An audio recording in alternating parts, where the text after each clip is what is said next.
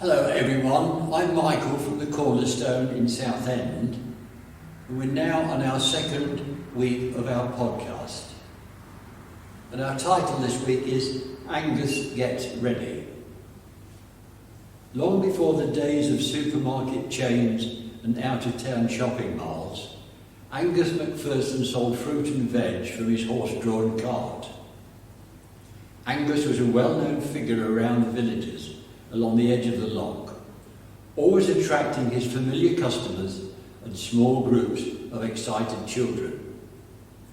For the customers, it was the quality of the produce that kept them coming, a fine mixed with the vegetables that Angus grew in his kitchen garden, and the fruit and veg delivered to the station in the local town. For the children it was a horse. For Atlas, Angus's ancient black and white steed, was always a favourite.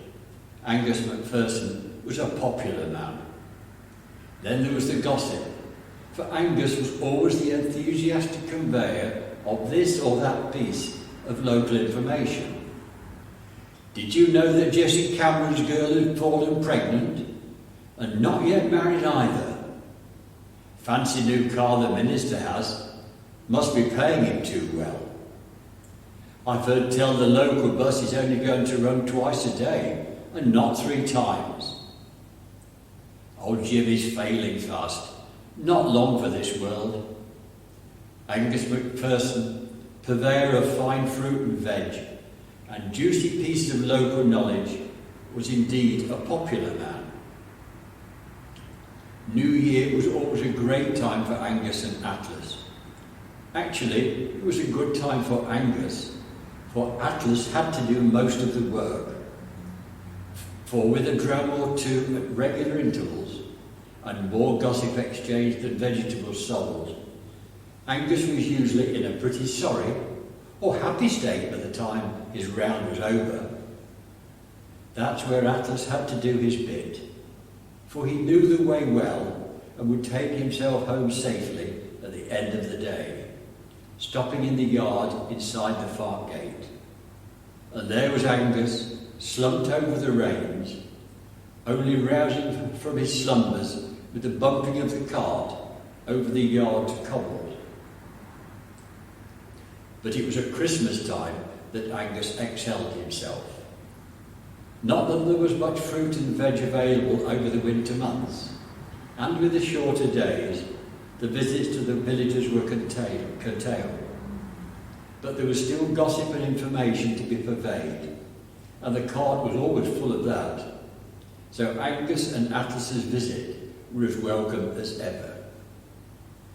And no more so than in the few weeks before Christmas, when Angus transformed his cart into a thing of wonder and delight. It began when he appeared with a string of golden cardboard angels pinned all around his cart. The same angels every year, for as far back as people could remember. "Why have you got these on your cart, Angus?" some curious child was bound to inquire. "Because angels are messengers," Angus would reply. "And we're getting the message too." And the children would gather round, and Angus would tell them stories of angels and messages, and Elizabeth and Mary, and dreams and visions. A week later, he appeared in the village with the angels round his cart and a lantern, hanging from a pole at the back, a storm lantern, the kind the villagers were all too familiar with as their precaution against the variability of the local version of the national grid. "Why have you got that lamp on your cart, Angus?" one of the children would inevitably ask. "Because there's a light coming soon for the whole world," Angus would reply.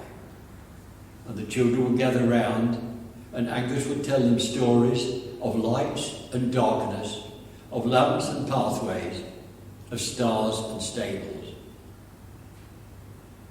Another week would pass, and he would come to the village again, with the angels round his cart and the storm lantern shining at the back, and Atlas would be decked out with a coloured rug across his back and a fetching straw hat over his ears. Why have you dressed up your horse, Angus? Will be this week's question. Because there's a gift coming, a special gift, and it has to be carried in a special way.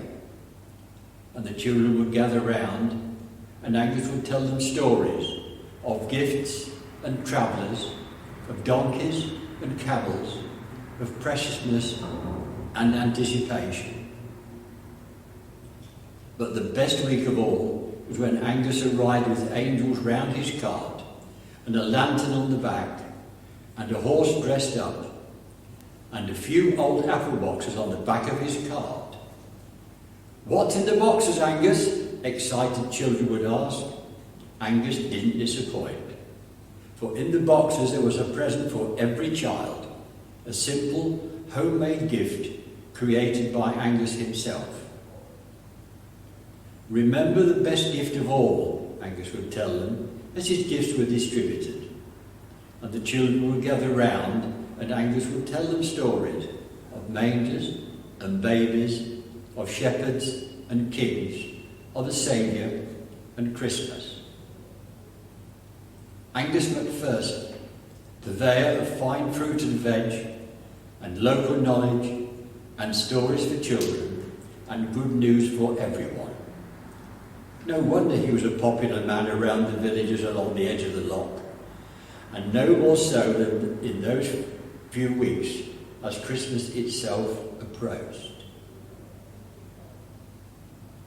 "Look, listen, wait, get ready, for I bring you a handful of stories, of angels and messengers, of Elizabeth and Mary, of dreams and visions. God of my looking, help me look well for your coming. Look, listen, wait, get ready, for I bring you a box full of stories, of lights and darkness, of lamps and pathways, of stars and stables. God of my listening, help me to listen well for your coming. Look, listen, wait, get ready, for I bring you a cart full of stories, of gifts and travellers, of donkeys and camels, of preciousness and anticipation. God of my waiting, help me to wait well for your coming. Look, listen, wait, get ready, for I bring you a life full of stories, of mangers and babies, of shepherds and kings, of a Saviour and Christmas. God of my readiness, help me to be ready for your coming.